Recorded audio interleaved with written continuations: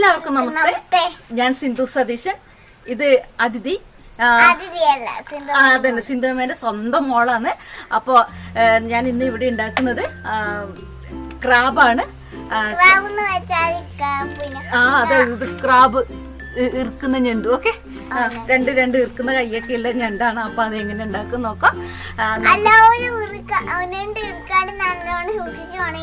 അതന്നെ, ഞണ്ട് സത്യം ഞണ്ട് ഇറുക്കാതെ ചത്ത ഞണ്ടെല്ലാം ചിലപ്പോൾ ഇറുക്കാൻ ചാൻസ് ഉണ്ട്. അപ്പോൾ അല്ലെ, നമ്മള് പിന്നെ ജീവനോട് അധികം കിട്ടാൻ ചാൻസ് കുറവാണല്ലേ. അപ്പൊ ഞണ്ട് ഇറുക്കാതെ നോക്കണമെന്ന് മോളെ അഡ്വൈസ് ചെയ്യുന്നുണ്ട്. അപ്പൊ നമുക്ക് ഇറുക്കാത്ത ഞണ്ടിനെ നല്ല സൂപ്പറായിട്ട് കറി വെച്ചിട്ട് വരാം. ഓക്കെ, അടുക്കള ഞണ്ട് ഫ്രൈ ഉണ്ടാക്കാൻ വേണ്ടിയിട്ട് നമുക്ക് മസാല കൂട്ട് ആവശ്യമാണ്. അപ്പോൾ അതിന് വേണ്ടിയിട്ട് ഞാൻ ഒരു കഷ്ണം ഇഞ്ചി എടുത്തിട്ടുണ്ട്. അതുപോലെ തന്നെ അതിന് ആനുപാതികമായിട്ടുള്ള വെളുത്തുള്ളി എടുത്തിട്ടുണ്ട്. ഒരു 1/2 ടേബിൾ സ്പൂൺ പെരുംജീരകം എടുത്തിട്ടുണ്ട്. ഇത് നമുക്ക് നന്നായിട്ടൊന്ന് അരച്ചെടുക്കാം. അപ്പം നമുക്ക് ഞണ്ട് ഫ്രൈ ആക്കാൻ വേണ്ടി, റോസ്റ്റ് ആക്കാൻ വേണ്ടി നമുക്ക് ഗ്യാസ് ഓൺ ചെയ്യാം. അതിലേക്ക് ഒരു പാനിലേക്ക് ഇതൊന്ന് ചൂടായിട്ട് വരട്ടെ, നന്നായിട്ട് ചൂടായി വരട്ടെ. പാൻ ചൂടായിട്ടുണ്ട്. ഇതിലേക്ക് ഞാൻ ഏകദേശം ഒരു 1.5 ടേബിൾ സ്പൂണിനടുത്ത് എണ്ണ ഒഴിച്ചു കൊടുക്കുന്നുണ്ട്.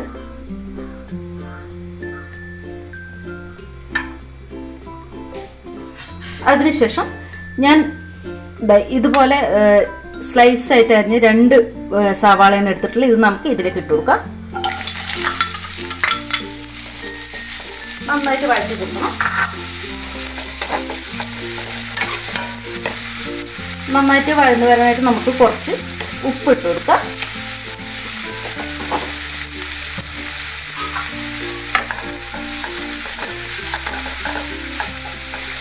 ഈ സമയത്ത് തന്നെ പേസ്റ്റ് ആക്കി വെച്ച ഇഞ്ചി, വെളുത്തുള്ളി, അതുപോലെ തന്നെ പെരുംജീരകം അത് ഇതിലേക്ക് ഇട്ട് കൊടുക്കാം.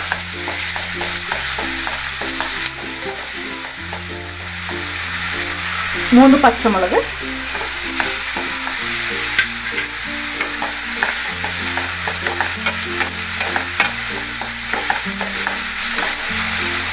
രണ്ടല്ലി കറിവേപ്പ്,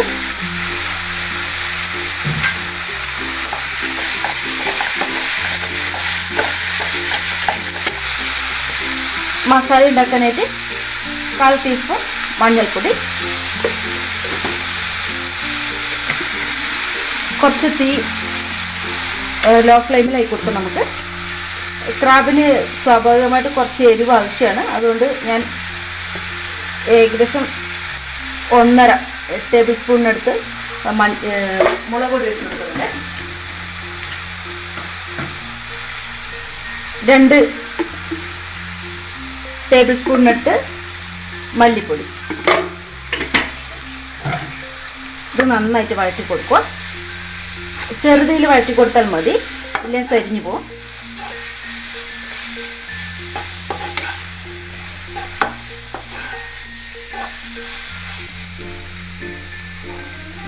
ഇതിലേക്ക് ഞാൻ 2 തക്കാളി സ്ലൈസ് ആയിട്ട് അരിഞ്ഞത് ഇട്ട് കൊടുക്കുന്നുണ്ട്.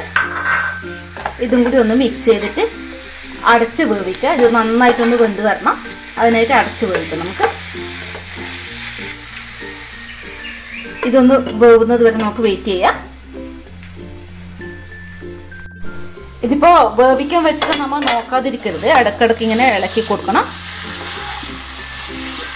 കൂടാതെ ഇത് തക്കാളി ഇങ്ങനെ പ്രസ് ചെയ്തിട്ടൊന്ന് ഉടച്ചു കൊടുക്കുന്നതിനെ കൊണ്ട് കുഴപ്പമൊന്നുമില്ല. ഇങ്ങനെ ഉടച്ചു കൊടുക്കുക.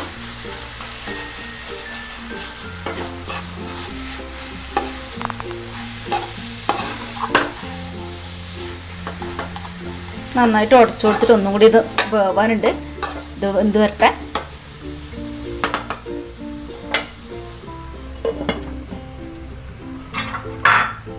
ഞാൻ ഞണ്ട് റോസ്റ്റ് ഉണ്ടാക്കാൻ വേണ്ടിയിട്ട് 1 കിലോ ഞണ്ടാണ് വാങ്ങിയിട്ട് എല്ലാം പൊളിച്ച് ഏകദേശം റെഡി ആക്കുമ്പോഴേക്കും ആകെ കുറച്ചേ ഉള്ളൂ. ഒരു 3/4 അല്ലെങ്കിൽ ഒരു അര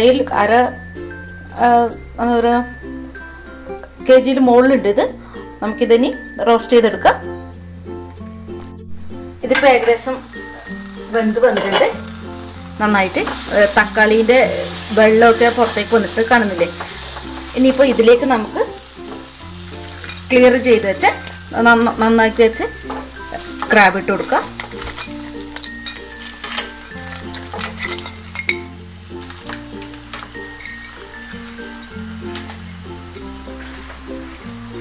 ഇത് മസാലയിലേക്ക് നന്നായിട്ട് മിക്സ് ചെയ്ത് കൊടുക്കുക.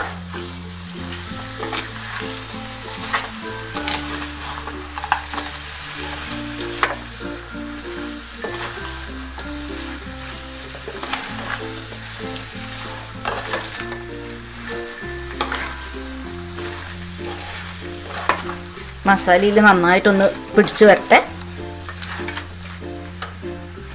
ഇതിലേക്ക് ഞാൻ 1/2 ടീസ്പൂണിനടുത്ത് ഗരം മസാല ഇട്ട് കൊടുക്കുന്നുണ്ട്. അതും ഇതിലേക്ക് നന്നായിട്ട് മിക്സ് ചെയ്ത് കൊടുക്കുക. ചിക്കനെ പോലെ തന്നെയാണ് ഞണ്ടിലും വെള്ളമുണ്ട്. അപ്പോൾ ഈ വെള്ളം ഒന്ന് ഇറങ്ങി വരുന്നത് വരെ നമുക്കിത് ചെറുതീയിൽ അടച്ച് വേവിക്കാം.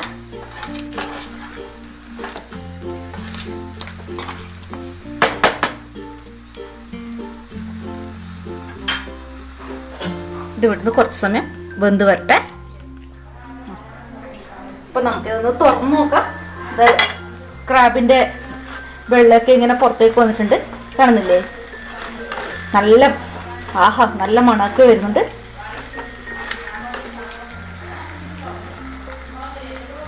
ഞാൻ ഒരു 2 ടേബിൾ സ്പൂണിനടുത്ത് ചെറിയ ഉള്ളി മുറിച്ച് വെച്ചിട്ടുണ്ടായിരുന്നു. അത് നമുക്ക് ഇതിലേക്ക് ഇട്ട് കൊടുക്കാം.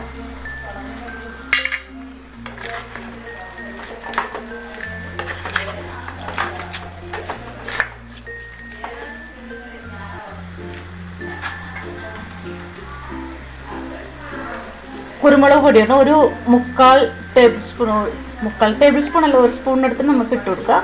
കുറച്ച് എരിവ് ആവശ്യമാണ് ഇതിന്. ഇതും നന്നായിട്ടൊന്ന് മിക്സ് ചെയ്ത് കൊടുക്കുക. മീനാണെങ്കിൽ ഇങ്ങനെ ഇളക്കി കൊടുത്താൽ പണ്ടേ മുള്ളു മാത്രമായിട്ടുണ്ട്. ഇത് ക്രാബ് ആയതുകൊണ്ട് അതിൻ്റെ തോടും കാര്യങ്ങളൊക്കെ ഉള്ളതുകൊണ്ട് അങ്ങനെ എന്താ പറയുക, ഉടഞ്ഞു പോകാൻ ചാൻസ് ഇല്ല. ഇതിലേക്ക് ഞാൻ ഒരു അല്പം കൂടി, ഒരു 1/2 ടീസ്പൂണടുത്ത് എണ്ണ ഒഴിച്ച് കൊടുക്കുന്നുണ്ട്. ഇതും കൂടി ഒന്ന് മിക്സ് ചെയ്ത് കൊടുക്കുക.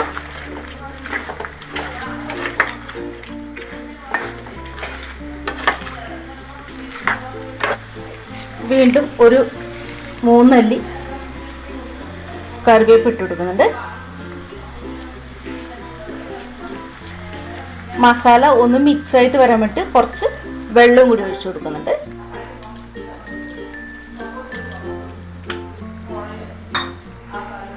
ഒരു 1/4 ഗ്ലാസ്സിനടുത്താണ് ഞാനിപ്പോൾ ഇത് ഒഴിച്ചു കൊടുത്തിട്ടുള്ളത് വെള്ളം.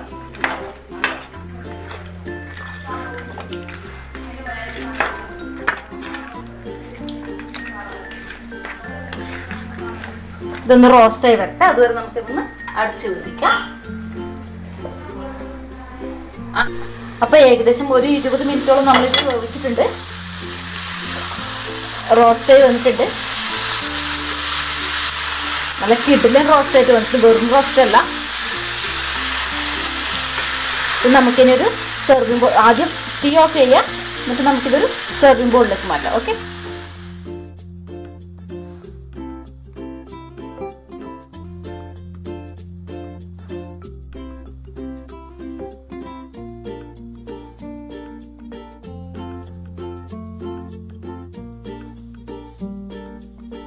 അപ്പോൾ ഈ വീഡിയോ എല്ലാവർക്കും ഇഷ്ടമായി എന്ന് കരുതുന്നു. ഞണ്ട് കഴിച്ചിട്ട് ഇവള് വലിയ കയ്യെല്ലായിട്ട് വളർന്ന് വലിയ ആളായിട്ടുണ്ട്. ഇതിന് മുന്നത്തെ വീഡിയോ എടുക്കുമ്പോൾ എല്ലാം പൊന്തിച്ച് കാണിക്കുന്നു. ഇതിന് മുന്നത്തെ വീഡിയോ എടുക്കുമ്പോൾ ചെറിയ ആളാണ്, ഇപ്പൊ വലിയ ഇതിൽ നീളം വെച്ചിട്ട് വലിയ ആളായിട്ടുണ്ട്. അപ്പോൾ ഈ വീഡിയോ നിങ്ങൾക്ക് എല്ലാവർക്കും ഇഷ്ടമായി എന്ന് കരുതുന്നു. അടുത്ത നല്ലൊരു റെസിപ്പിയുമായിട്ട് ഉടൻ വരുന്നതായിരിക്കും. അതിനു മുന്നേ ഈ വീഡിയോ നിങ്ങൾ എല്ലാവരും ലൈക്ക് ചെയ്യണം, സബ്സ്ക്രൈബ് ചെയ്യണം. നിങ്ങൾക്ക് ഇഷ്ടമായെങ്കിൽ മറ്റുള്ളവർക്ക് ഷെയർ ചെയ്യുക. അത് മാത്രമല്ല,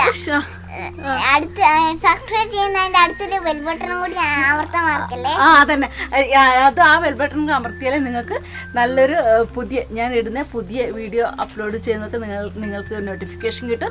അപ്പോൾ അടുത്ത നല്ലൊരു വീഡിയോ ആയിട്ട് ഉടൻ വരുന്നതായിരിക്കും. അതുവരെ എല്ലാവർക്കും ബൈ.